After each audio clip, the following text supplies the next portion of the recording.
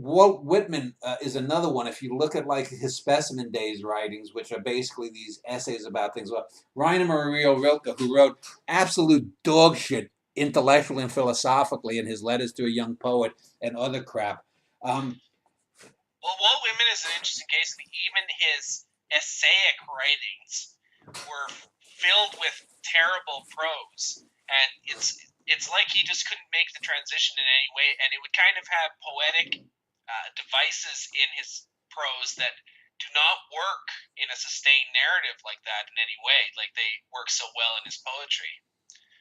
yeah, and another good example is Eugene O'Neill. Eugene O'Neill's poetry is bad. Thomas Hardy is often claimed to have been a great prose writer and a great poet. Uh, I've only read some major portions. Well, no, I did read one of his books in high school. I forget which one. It didn't stick with me. I read portions of some of his other novels. It's good, rather turgid prose. It's not high. It's not.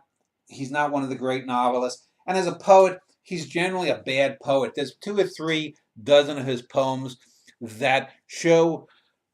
I mean, Hardy's a poet who's at best, if I grant him mediocrity, but I admire Hardy for at least trying. You look at Hardy; he was trying a lot of different forms for his day, especially before the modernists. He just didn't have the talent.